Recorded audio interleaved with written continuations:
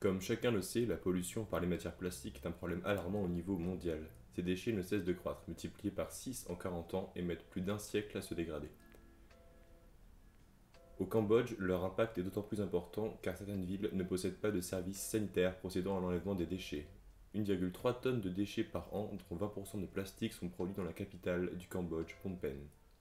Les villageois sont donc obligés de s'en débarrasser eux-mêmes, bien souvent en les brûlant, provoquant par là même de sévères dommages à l'environnement ainsi qu'à leur santé. L'association Sourire s'engage depuis 2008 au Cambodge dans une lutte sociale et solidaire. Elle vient en aide aux plus démunis et s'engage pour améliorer la scolarité des plus jeunes. Elle s'est investie notamment dans la création d'une école de menuiserie et dans l'aide de plusieurs structures éducatives du pays, comme la Maison des Sourires de Battambang, les écoles de Voasahar et le Centre culturel de Kep. Elle s'implique aussi dans le parrainage de jeunes filles dans le cadre de leurs études.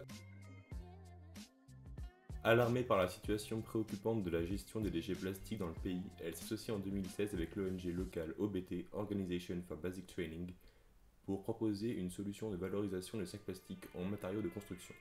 Le projet est implanté à Shiro, dans la région de Kompong Chan, sur un terrain mis à disposition par OBT.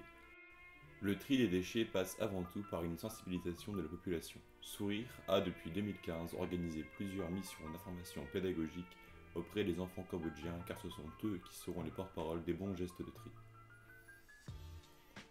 L'association a mis en place autour de Shiro un système de tri des déchets en fonction des possibilités de recyclage des matériaux. Ainsi, les déchets verts seront utilisés pour le compost, les bouteilles plastiques rejoindront le circuit local de recyclage et les sacs plastiques seront transformés en briques de construction grâce à un procédé transmis par la société Madacompost.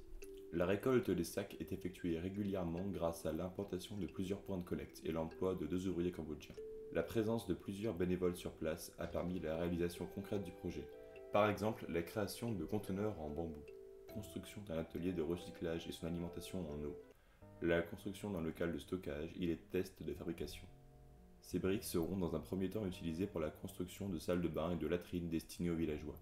Le projet Plastic to Brick est déjà bien avancé grâce à l'implication des bénévoles et de quelques généreux donateurs.